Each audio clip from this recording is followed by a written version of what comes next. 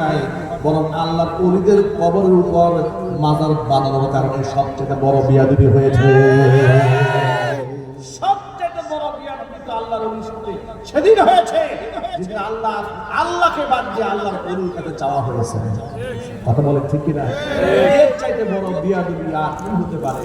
আল্লাহর ওলি আল্লাহর কাছে চেয়ে আল্লাহর কাছে সেজদা দিয়ে তিনি আল্লাহর ওলি হয়েছেন, আর আপনি আল্লাহকে বাদ দিয়ে তার কাছে চাওয়া শুরু করে দিয়েছেন। সুতরাং প্রশ্ন মাজার ভাঙা জায়েজ হচ্ছে কিনা এই প্রশ্ন করার আগে বলতে হবে মাজার গড়া জায়েজ হয়েছে। কথা বলেন ঠিক কিনা? সুতরাং মাজার পূজা বন্ধ করতে হবে। তবে এই ক্ষেত্রে আপনাদেরকে আরেকটা প্রশ্নের জবাব দিয়ে দিই, তাহলে মাজার ভাঙবে কে? আমি আপনাদেরকে ভাঙার জন্য উৎসাহিত করছি না।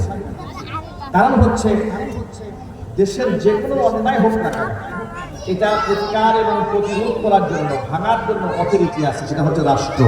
সেটা কি যদি বলে রাষ্ট্র।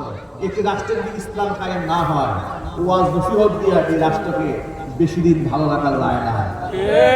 ঠিক কিনা বলেন?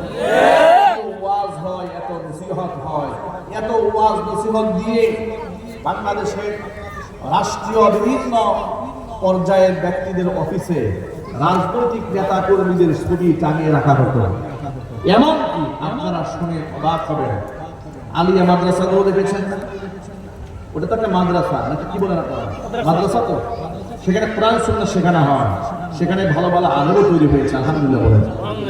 সেই আলিয়া মাদ্রাসাগুলোর অফিসে যেহেতু সরকার দ্বারা নিয়ন্ত্রিত, মাদ্রাসা যদি প্রিন্সিপাল অধ্যক্ষ, তার মাথার উপরে শেখ মুজিবুরের ছবি, শেখ হাসিনার ছবি বাধ্যতামূলক ভাবে টানিয়ে রাখা হয়েছে 16টা বছর ধরে।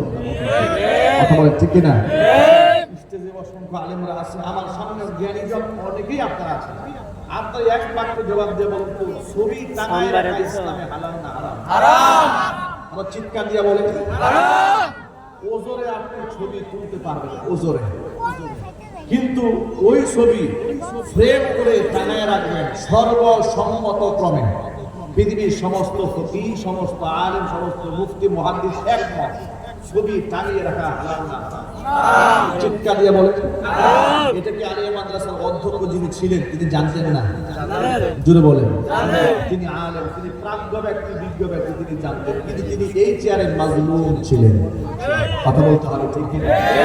এই চেয়ারে তিনি মাজলুম ছিলেন। ছবি জোরপূর্বক মাথার উপর টাঙিয়ে রাখা হয়েছে একেবারে শ্রদ্ধার সাথে। আবার এই সুযোগে তো লোকেরা এমনও করেছে, আমি আপনাদেরকে ভিডিও ফুটেজ দেখাতে পারবো, যারা অনলাইন সোশ্যাল মিডিয়া ব্যবহার করেন তাদের কাছে মোটামুটি নিউজ আছে। গত বছর 15 আগস্টে স্কুলের ছাত্র এবং ছাত্রীদেরকে দিয়ে বঙ্গবন্ধুর ছবি ফ্রেম সামনে রেখে সিরিয়াল করে করে সেখানে ফুলের মালা দেওয়া হয়েছে।